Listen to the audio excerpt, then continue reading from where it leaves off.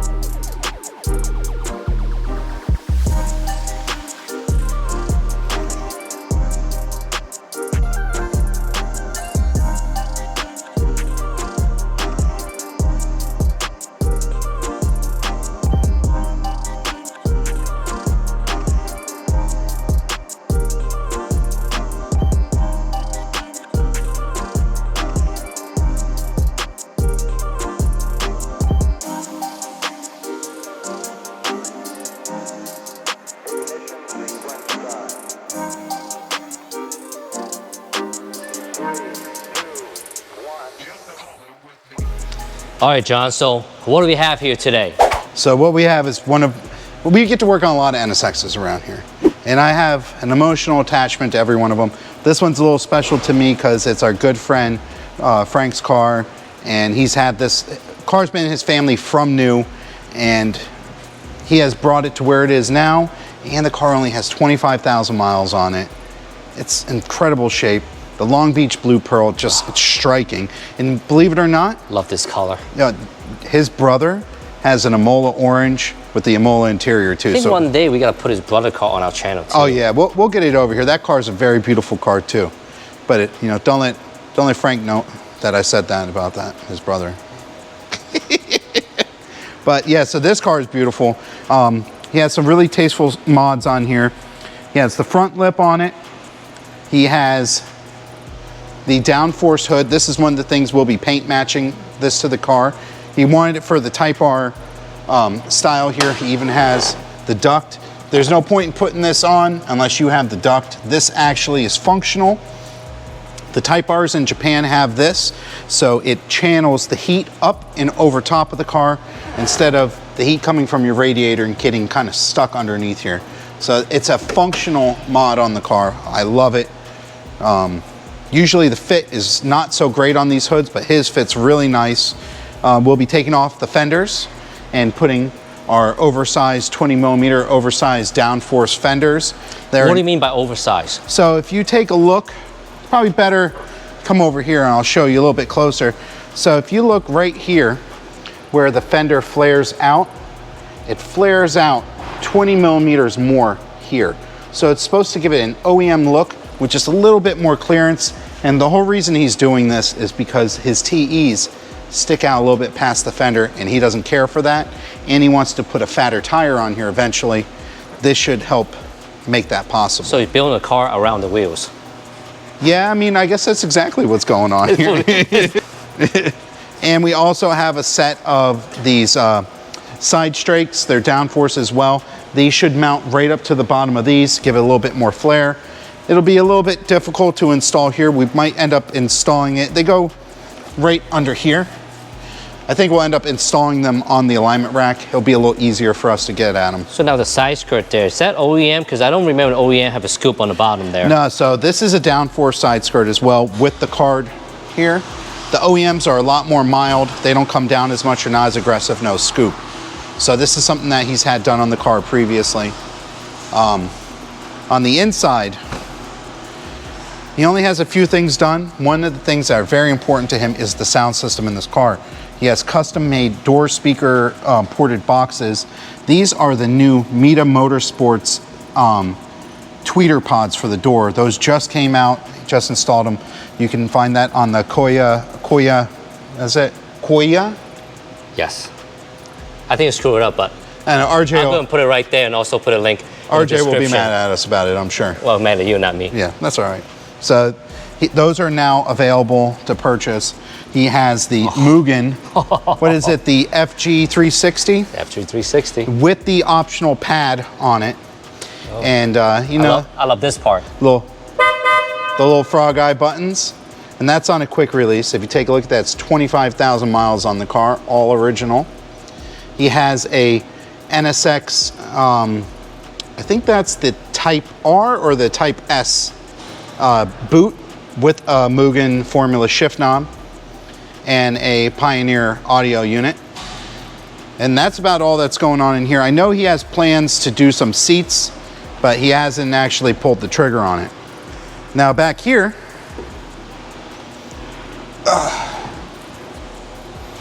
everything is pretty stock. This part here is, I believe this is the Meta Motorsports. I'm not 100% sure which brand this is, but this is the Type R rep cover. This is how the NSXRs come in Japan, with this mesh lightweight cover. Now the factory OEM one is a much beefier unit where you can put the top in. Yeah, the target top. But the target top on this car also fits inside the trunk. So a lot of people go ahead and don't even worry about putting it on there. And one thing I know that he's very proud of is the, yeah, this isn't even how it's supposed to go, so we'll just let it set for now, is this plate right here. So you can get this plate and it'll say turbocharged, but Science of Speed doesn't really do a whole lot of these in NA builds, so this is a specific plate. Even though the engine's stock, it's something that he's proud of. I know he's made a point to tell me about it a few times. But mechanically, everything up here is stock. Underneath, there are a couple bolt-on mods, but that's about it here. Oh, like the oil cap right there. Yeah, that's a first gen. How much that oil cap go for these days? It depends what you want to pay. Some people pay $350, some people pay $500, some people pay $700. You know, it all depends on how sick you are in the head. So back here, what do we have back here? So he has a Type R rep wing on it as well, and a downforce diffuser right here. And he has a Tautech exhaust on the car, and that's mated to some Comtech headers with straight pipes on there. And the other part of the car that's pretty nice, which you can see through the wheels, which are double staggered TE37s, are the StopTech brakes. And they're, I want to say they're 4-piston front and back with the optional parking brake on it. And the suspension is a Tane monotube, which is the same one I have on my car as well. And that pretty much rounds it out on all the mods for the car, but it's very well put together. Oh, it also has a Science of Speed 275 clutch in it, which makes the car really fun to drive. So at this point, where do we start now? So we're gonna go ahead and we're gonna probably start with pulling these side rocker panels off. Then we're gonna pull the hood, the front bumper, then the fenders. And that's probably what we're gonna get into on this first night here.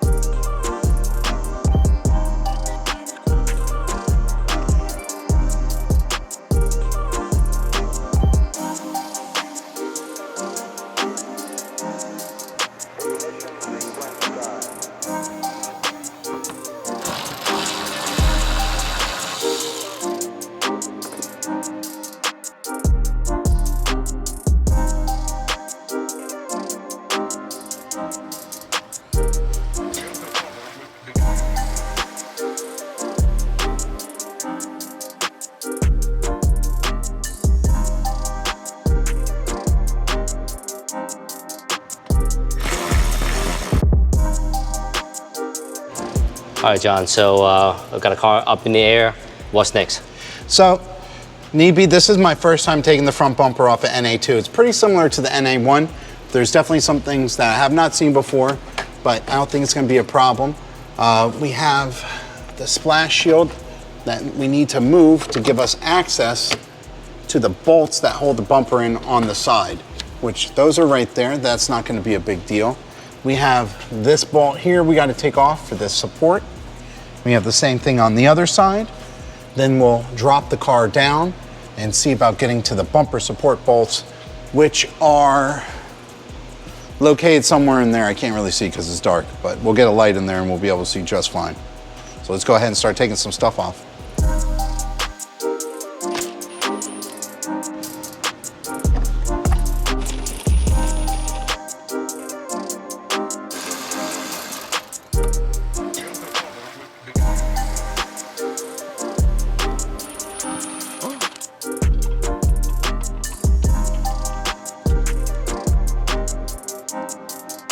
This one?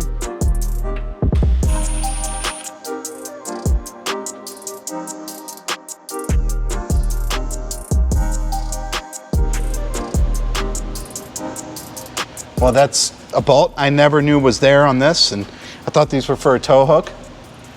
Realized I'm a NSX rookie today. It's a sad day.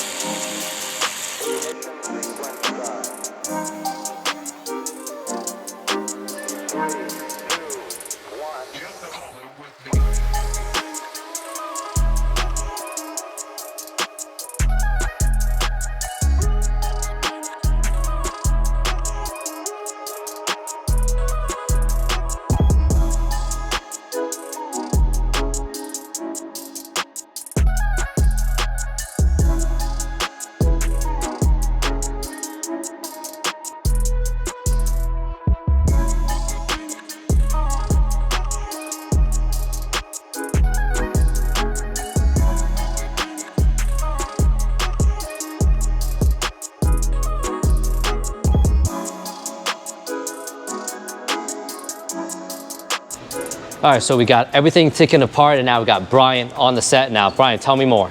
Well, it's a beautiful NSX, and we're gonna get it a little bit cleaner by just doing a general cleanup up front. We got a couple different parts here. Let me start off and show you what you got. We have the fenders taken off, which I think is pretty good. We're gonna look at the other fenders as well. These fenders are in good condition, but if we take a look at the front bumper, any car that's this low, obviously, is gonna have damage of this such, right? This is fiberglass, all right? And this is more of a plastic composite, the rest of the bumper. So what we're gonna do to fix something just like this is we do have to completely sand it down and smooth it out. And now fiberglass is very, very porous, so along the way we'll get some pit holes and some different areas that we'll need to address, but I use a special epoxy to go ahead and fill those all up, and we'll smooth out the whole entire lip. You can see it has a lot of different rock chips because it is so low, but it looks like it was actually painted pretty well because it did hold up very well over time. So we'll sand this completely down. We'll put a beautiful coat of primer on there to smooth it out. And the same thing with the rest of the bumper. We'll smooth out the whole front side of the bumper cover and get this thing looking like show quality finish. Hey Brian, so this thing with the lip is 3 pieces. This is 3 pieces. So this is right here where it splits is exactly 1 bumper, which makes it a lot easier to paint to get into all these grooves. And then this is a separate area. Okay, it almost looks like a lip when it's off the car. And then we have our 3rd area, which is actually like the chin spoiler lip on the bottom. So all 3 pieces will be completely taken off the car, prepped and painted separately. Now, as far as the carbon fiber hood, is it any different way for you to prep before paint? For the carbon fiber hood, since it's gonna be painted, we're gonna sand it down pretty good. We need adhesion, so it doesn't matter what the surface is, we need to get a good adhesion for that. We'll sand it down with like I would say a good 320 grit, maybe even lower. And it's got a little bit of a wave in it in some areas. Now, carbon fiber might not be 100% perfect once it's painted, because it is a little bit wavy because of the way that it's manufactured. However, we'll put some primer on here, and if it needs a little bit of skim coat of filler, we'll do that where it needs necessary to kind of get it as flat as we can get it. And in the end, it will look beautiful and still be a carbon fiber hood. So lastly, what about the side skirts right over here? So the side skirts look like ones we've done before, and again, the quality of them is really, really good. Now on the side skirts, I believe the side skirts we're gonna keep completely intact, but it's got a rear or a bottom valance that will come along on this edge, and we're actually gonna paint it a gloss black. It will kind of look pretty cool once it's all assembled back onto the car. And for our last piece, it's the fiberglass fenders. Now we're gonna go ahead and we'll do a test fit, but you can see any piece that's fiberglass, even though it might be good quality, it's got a lot of waves and it's got a lot of inconsistencies throughout the gel coat. So all that needs to be completely smoothed out. In order to get this 100% flat, the whole thing needs to have Bondo. There's no other way around it. It's not smooth, it's not even, and it needs that. So the whole thing would need to be sanded down, Bondoed. But before we even get to that point, let's see how well it fits on the vehicle.